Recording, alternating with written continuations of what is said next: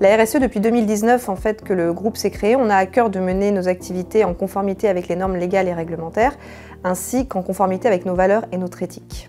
Nous souhaitons être un groupe citoyen qui génère un impact positif sur la société, en contribuant notamment aux enjeux de développement durable, mais bien entendu tout en restant économiquement viable. Notre démarche RSE, elle s'articule très classiquement autour des 4 piliers achat et vente responsable. On attend de nos clients, mais aussi de nos fournisseurs, un certain nombre de prérequis RSE. Le deuxième pilier, c'est l'éthique et la compliance. Donc dans l'éthique et la compliance, on va retrouver les briques cybersécurité, RGPD, anticorruption. Ensuite, le troisième pilier, bien entendu, c'est le social et le droit de l'homme.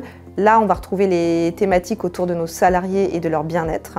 Le quatrième pilier, c'est le pilier environnemental, puisque nous essayons de limiter notre impact sur l'environnement, notamment en réduisant nos émissions de gaz à effet de serre.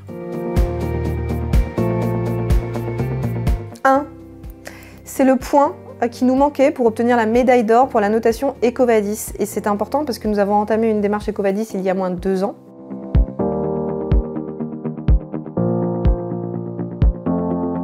On pourrait parler de l'achat responsable. Aujourd'hui, nous avons mis en place une politique achat qui nécessite que pour chaque fournisseur critique, ces derniers soient passés au crible d'un questionnaire RSE afin de nous garantir qu'eux-mêmes respectent les prérequis social et droits de l'homme, environnementaux, éthique et compliance, notamment.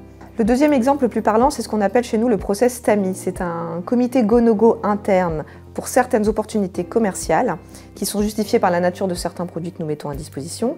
Et l'objectif de ce process TAMI, c'est de valider en amont ces opportunités autour d'un triptyque produit, client et pays. Au terme de ces comités, certaines opportunités commerciales ont été refusées parce qu'elles ne présentaient pas de garantie suffisante pour garantir que nos valeurs et notre éthique étaient respectées. Enfin, quand on parle de comportement éthique et responsable de ShopVision, il est important de rappeler que depuis début 2023, nous avons mis en place un comité d'éthique indépendant. Ce comité d'éthique indépendant, nous le sollicitons nous-mêmes pour avoir parfois leur expertise et leurs avis concernant certaines opportunités commerciales pour lesquelles nous continuons d'avoir des doutes.